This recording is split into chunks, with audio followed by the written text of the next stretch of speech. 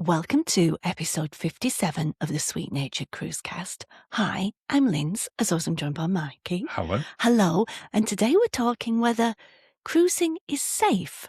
But first, a little mood music. You got that fever when you're listening to the stories that they spin, but there's a clarity out here where the open views begin. Keep it cool, let the rumors slide. What did you think to today's result, or was it just too short for you to make an informed decision? Yeah. I mean, it's got a vibe about it. I've got to say that. I think you might like the vibe at the end of it. It's got that Peggy Lee. You say Peggy Lee, I thought Billie Eilish. There is a Billie Eilish element to it. It was specifically, it was meant to be a Billie Eilish take inspiration on a Peggy Lee down song.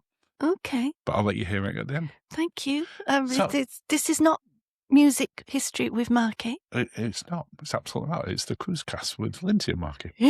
Well, But today we're doing a bit of a different subject for us. it's a bit heavy, isn't It's it? a bit heavier one, but we'll try and keep it as light as we can. Oh, But I'm not with sure. everything I that's been can. in the news, we felt Yeah. we can't really not talk about it. It'd be a bit sort of daft not to. I know, but But we've also got a couple of news stories that Yeah. have nothing to do with what we're talking about in here. And there's no cruise confession. Why is that, Linz? as we're saving them up Until when? for the big one. Next episode. Is it next episode? It's the very next episode. It's the Oh. Late Night Lindsay Cruise Confession Special. Oh, good grief. So, yeah, no wonder we're talking about what's good for your health in Yeah, this one. So we're going to go from the sublime to the ridiculous. I don't know if this is sublime. I'm feeling uncomfortable and slightly icky already about the subject matter. What, the confessions or this one? This one, the confessions, I'm looking forward to. Well, late night Lindsay is definitely. Well, let's sort of get into it a little bit then. Yeah, so what happened was I quit my job in order to focus full time on this, and then the hantavirus tipped up. And it was almost like, are you kidding me?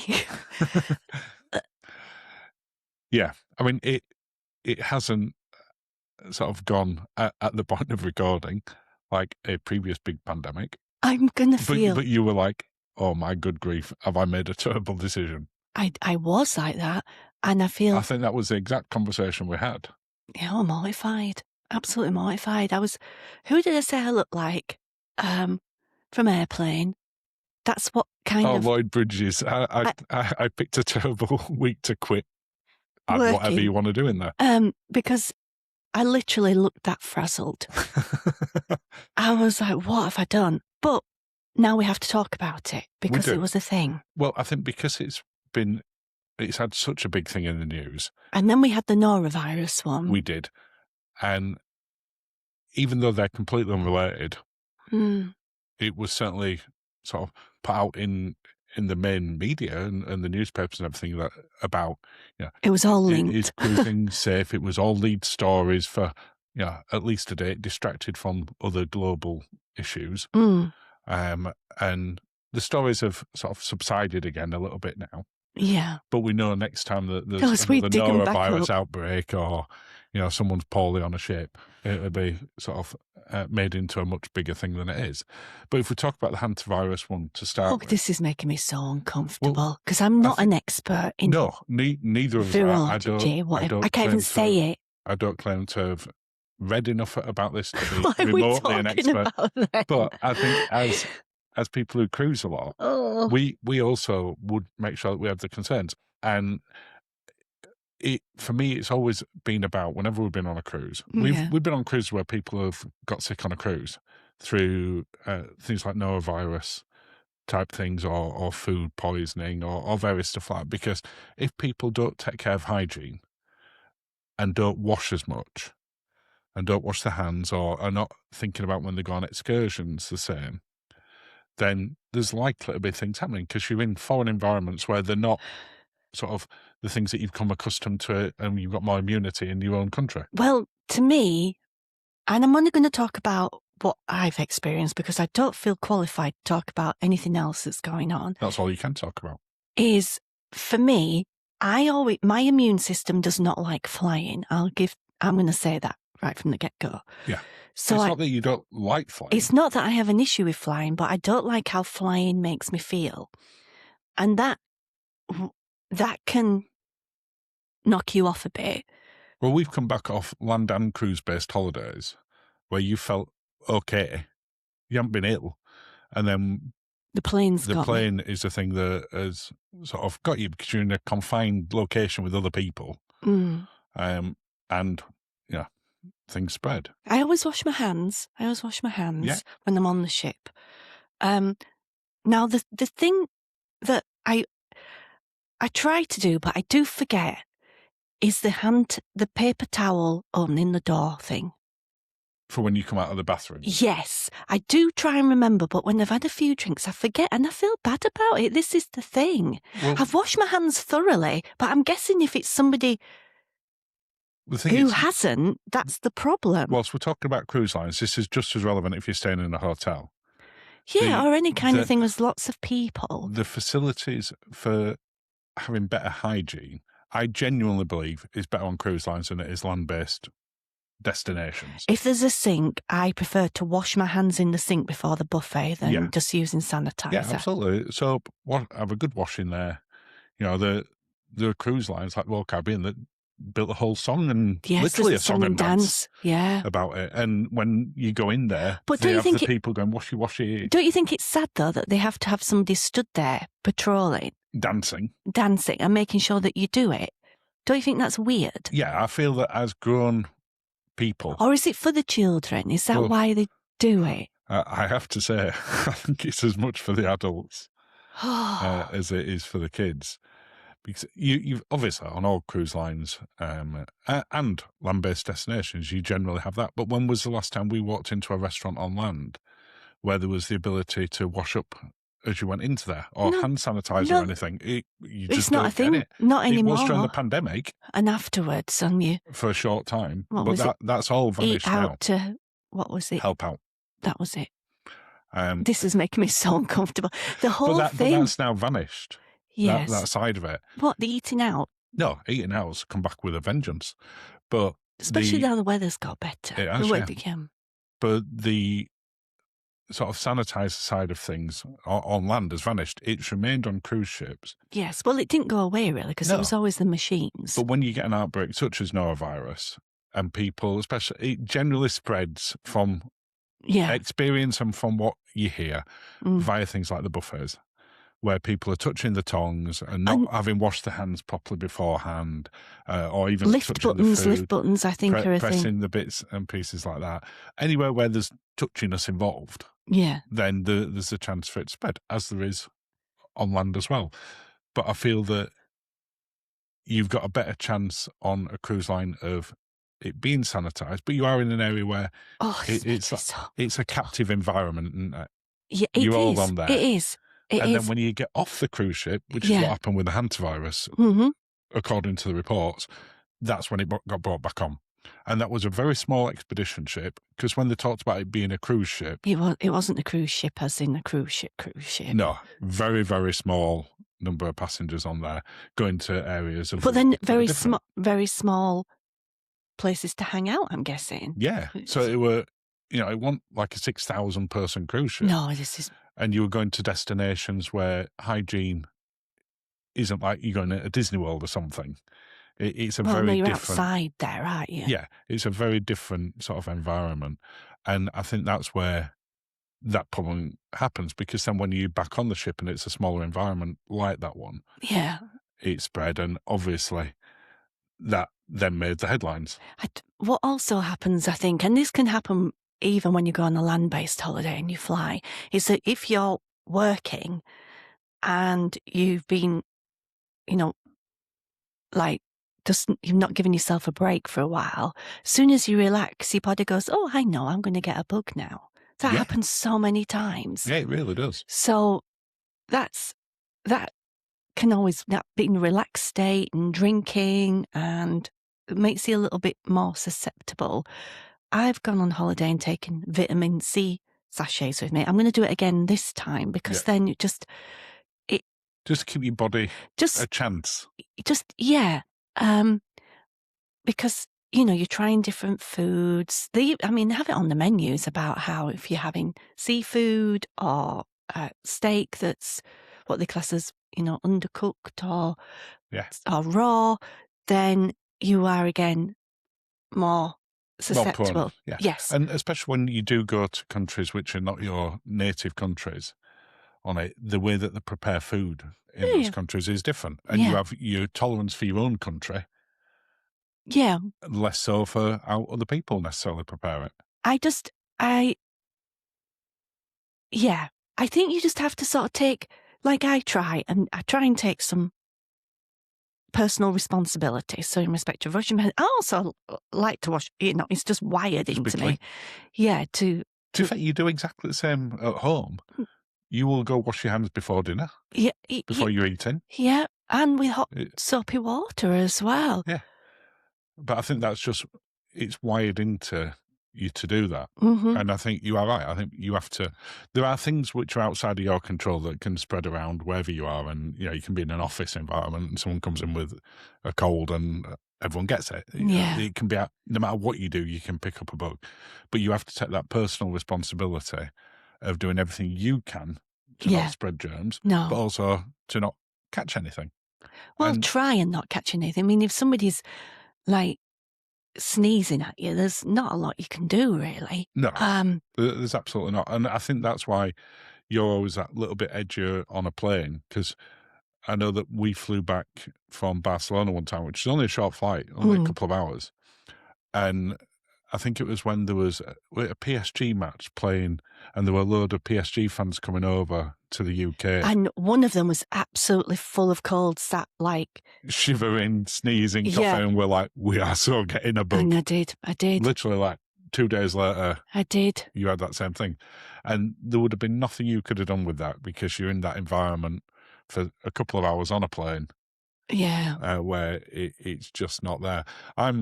I'm genuinely always much more aware of picking up something when I'm on a plane than I am on a cruise. Well, because there's nothing I can do about it on the plane. I'm just kind of stuck there. Yeah. There's less I can do. There's not a lot I can do on a cruise. As I say, if someone sneezes in your face, it's great. You're getting it, aren't you? But again, taking that personal responsibility. Yeah? If you know that you've got a cold and you're not feeling well, maybe stay in the cabin or go to the medical centre or contact the ship and let them know and get them a check. And I think some people don't want to necessarily do that because they feel that they'll be confined to the cabin. Yeah.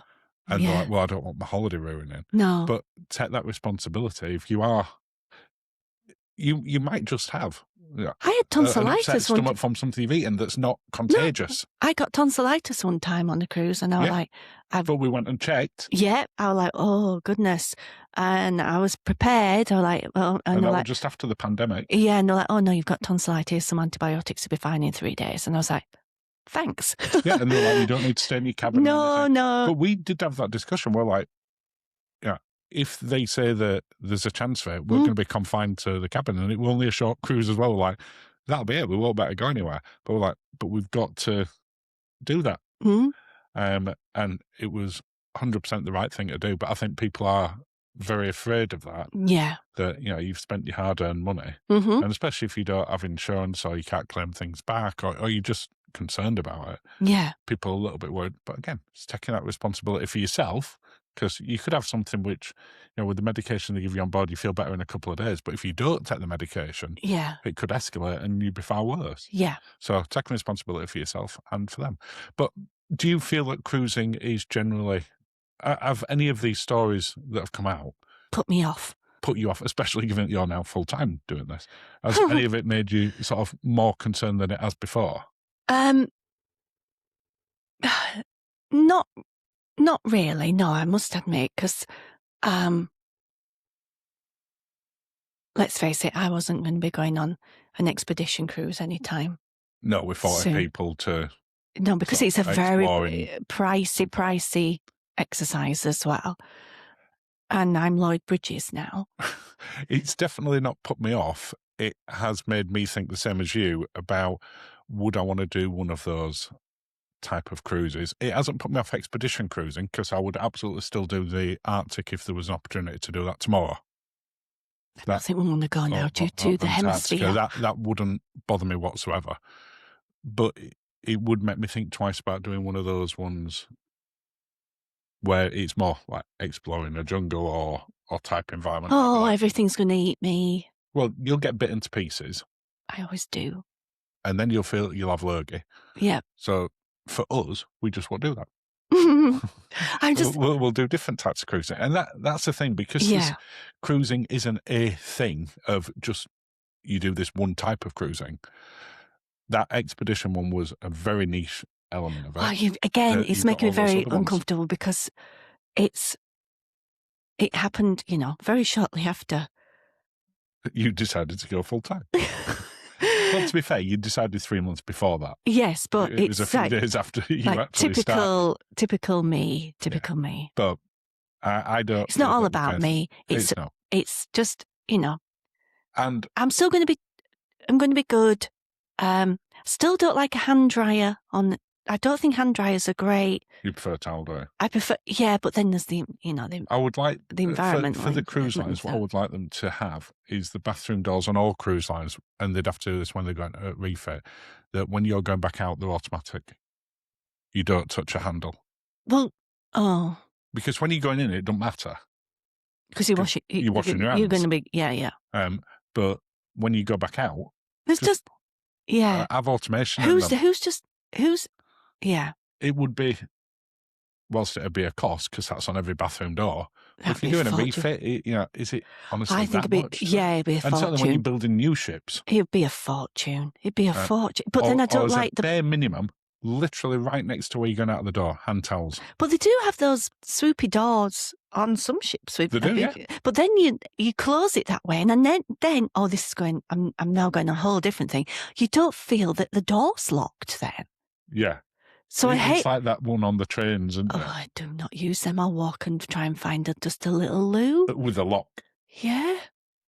And I'm not a fan of uni-loos either. I'm putting that out there. Are we on loo chat now? We're on loo chat now. I'm not a fan of a uni loo. What about a loo with a view?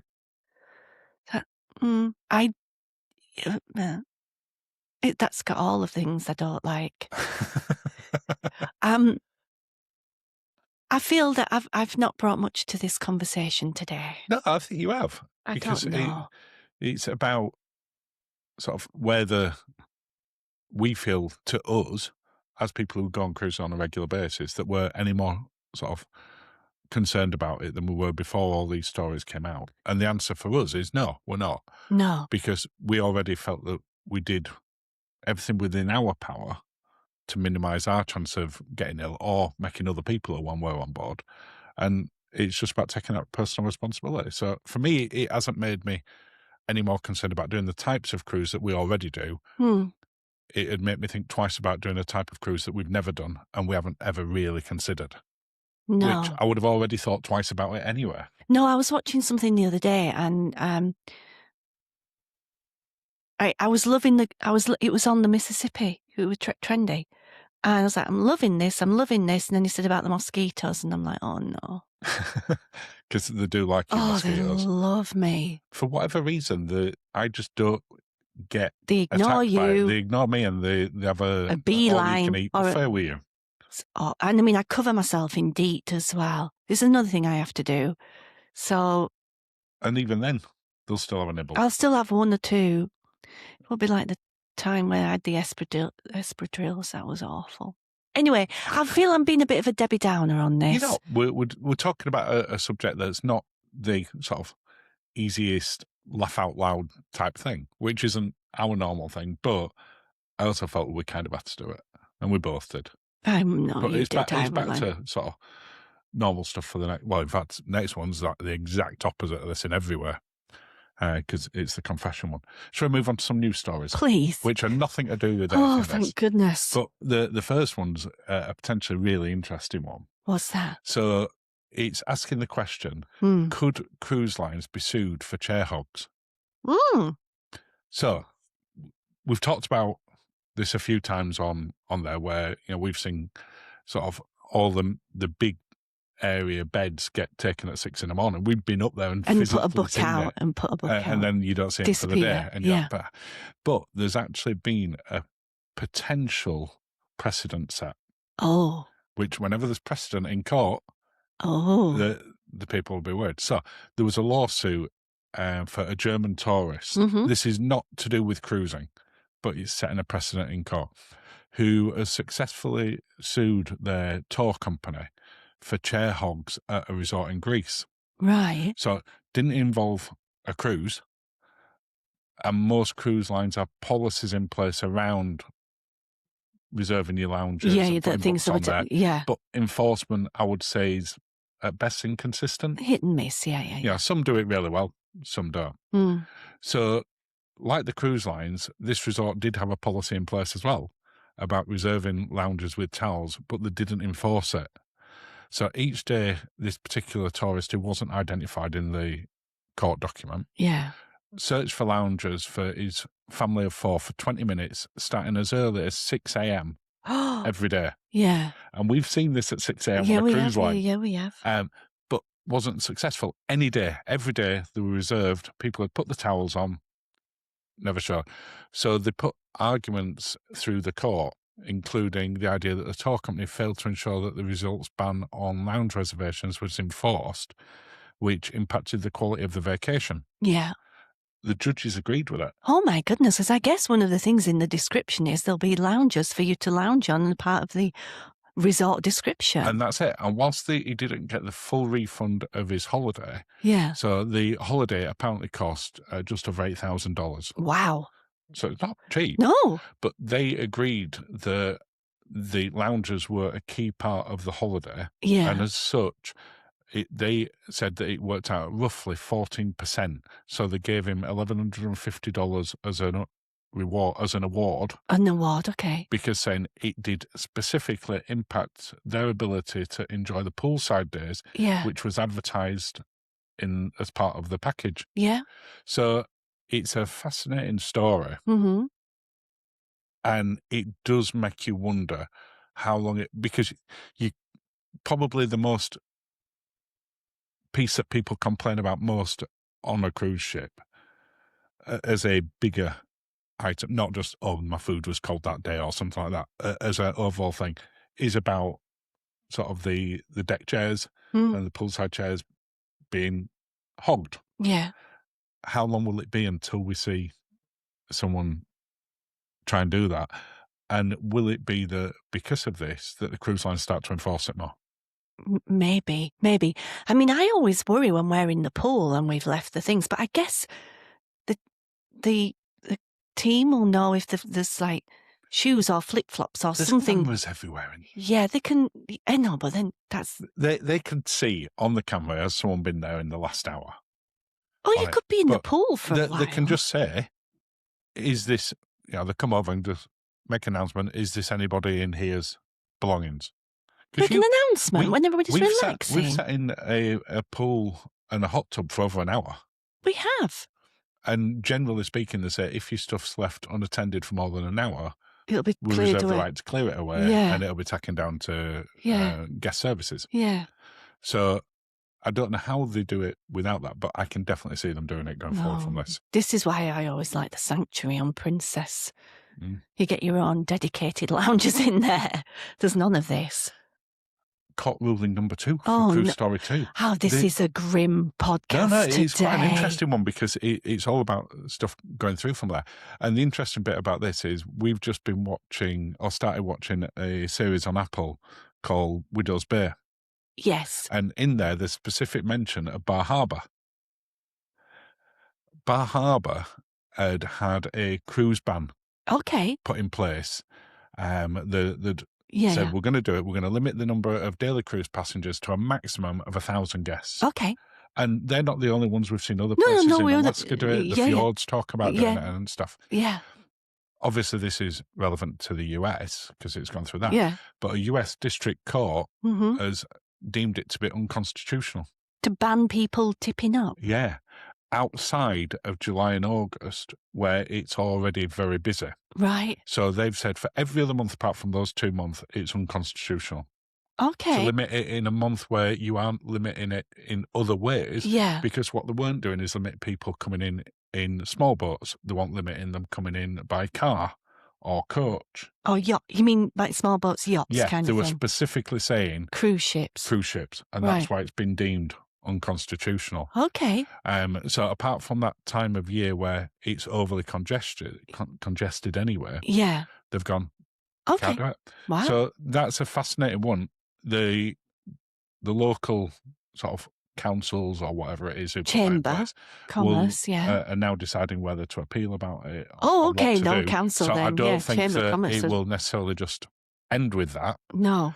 But it was a lot of the local who, cause it's a really small place. There's only 5,500 people live there. Okay. So a lot of the residents wanted it in. I suspect a lot of the businesses didn't. There's generally that sort of flick of people who want to make money from tourism and those who want to live there peacefully. Yeah. And it's always incredibly difficult to have that balance on there. But I thought that was genuinely interesting. I feel this podcast is very heavy duty for us today. Okay. Well, we're going to end on thank goodness. A slightly lighter one. Oh, thank goodness. So, you like looking for a cruise bargain? I do.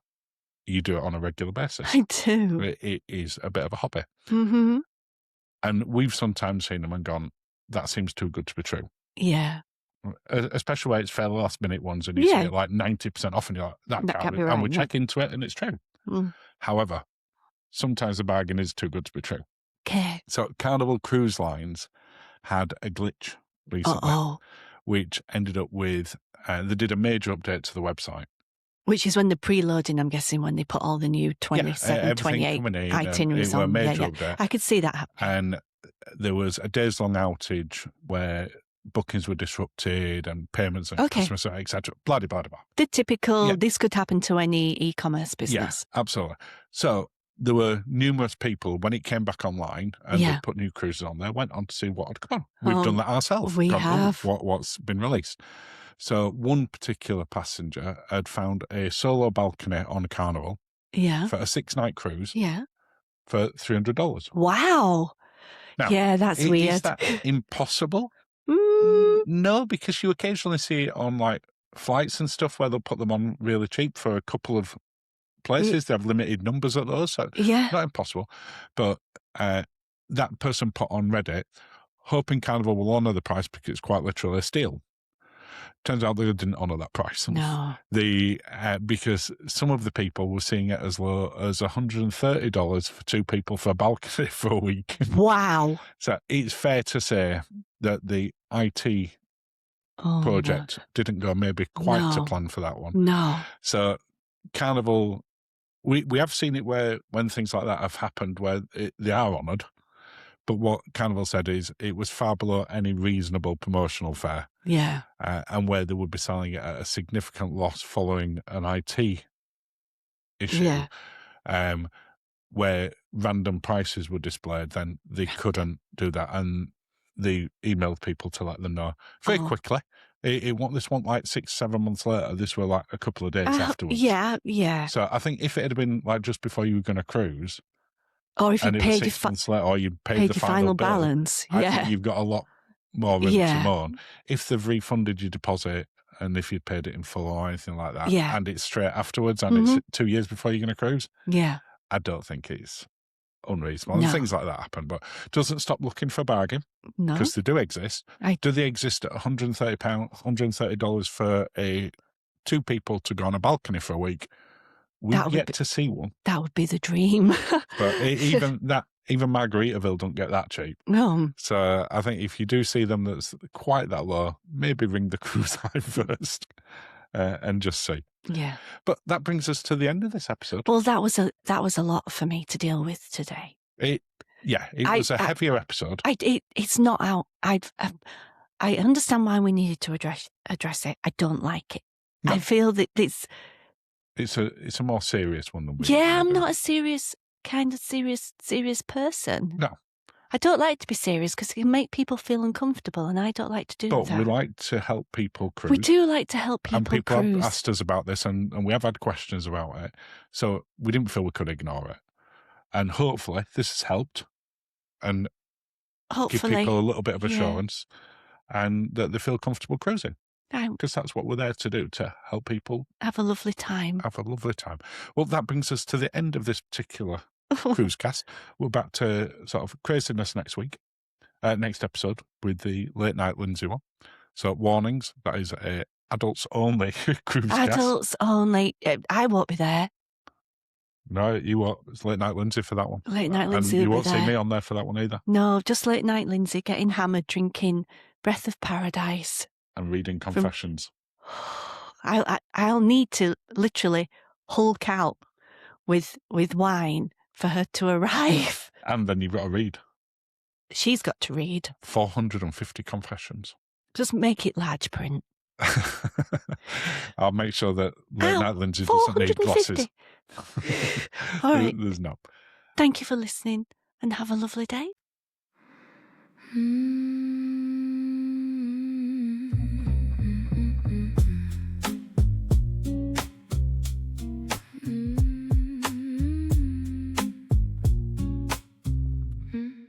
Never mind the headlines rolling, never mind the noise they make. There's a deeper current moving in every breath we take. They like to paint a picture stormy, try to make you look away. But when you're standing by the water, you see a different kind of day. You got that fever when you're listening to the stories that they spin. But there's a clarity out here where the open views begin. Keep it cool, let the rumors slide. We're just floating cool upon the tide.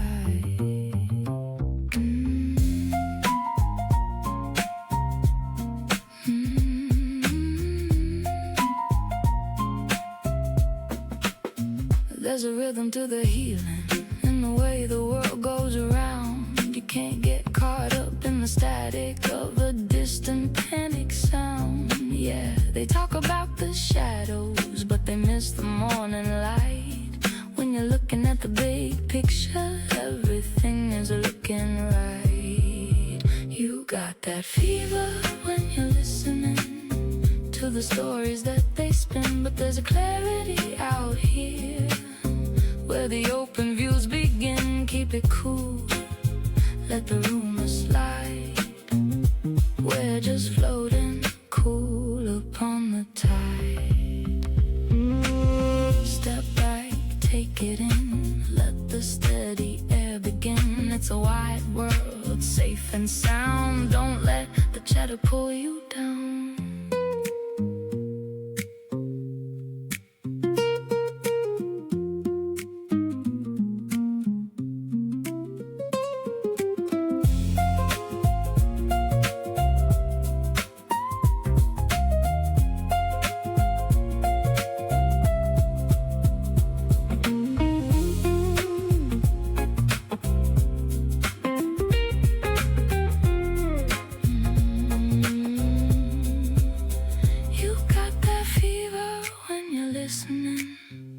The stories that they spin, but there's a clarity out here where the open views begin. Keep it cool, let the rumors slide. We're just floating cool upon the